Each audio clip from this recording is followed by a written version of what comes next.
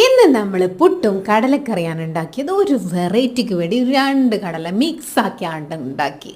എന്തെങ്കിലുമൊക്കെ വെറൈറ്റി ഉണ്ട്. എന്നും ഇത് തന്നെ ബ്രേക്ക്ഫാസ്റ്റ് ലഞ്ച് വേറെ ഒരു പണിയില്ലാത്ത പോലെ അല്ലേ. അപ്പം നമ്മൾ പിന്നെ കുട്ടികൾക്ക് ദോശ ഉണ്ടാക്കിയിട്ടുണ്ട്. പിന്നെ കാടമുട്ട, കുറച്ച് മുളക് പൊടി, മഞ്ഞൾപ്പൊടി, ചിക്കൻ മസാല വെള്ളത്തിൽ വറ്റിച്ചെടുത്തിട്ട് അതിലേക്ക് കാടമുട്ട ഇട്ട് വെളിച്ചെണ്ണയും ചേർത്ത് കറിവേപ്പിലയും ചപ്പും ഇട്ടിട്ട് ഒന്ന് ഉണ്ടാക്കി എടുത്തിട്ടുണ്ടായിരുന്നു. കുട്ടികൾക്കും ഈ കടലക്കറി തന്നെ ഇട്ട് വെച്ച് കൊടുക്കണം. ഈ കടലക്കറിയും ദോശയും അവർക്ക് വെച്ച് കൊടുത്തു. സ്നാക്സായിട്ട് മകളും സ്നാക്സ് കൊണ്ടുപോകും. ഈത്തപ്പഴവും അണ്ടിപ്പരിപ്പുമാണ് കേട്ടോ വെച്ച് കൊടുത്തത്. അങ്ങനെ അത് കഴിഞ്ഞിട്ട് നമ്മൾ സ്കൂളിൽ ആക്കുന്നതിൻ്റെ മുമ്പ് നമ്മൾ തേങ്ങാച്ചോറ് ഉണ്ടാക്കും. അപ്പോൾ അതിലേക്കുള്ള സാധനങ്ങളൊക്കെ നമ്മൾ സെറ്റാക്കി കൊടുത്തു. ചെറിയ ഉള്ളിയും അതുപോലെ തന്നെ തേങ്ങയൊക്കെ.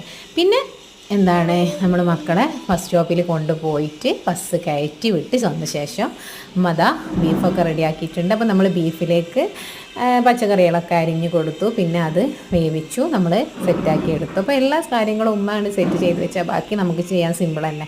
പൊതുവേ ഞാൻ ബീഫും അതുപോലെ തന്നെ തേങ്ങാച്ചോറും ഉണ്ടാക്കാറില്ല. അത് ഉമ്മ ഉണ്ടാക്കുമ്പോൾ നമ്മൾ ഹെൽപ്പ് ചെയ്യാറേ ഉള്ളൂ. പിന്നെ അത് കഴിഞ്ഞ് ചായ കുടിച്ചു. പിന്നെ ചക്ക പറിച്ച് തന്നിട്ടുണ്ടായിരുന്നു, അപ്പോൾ അത് കഴിച്ചു.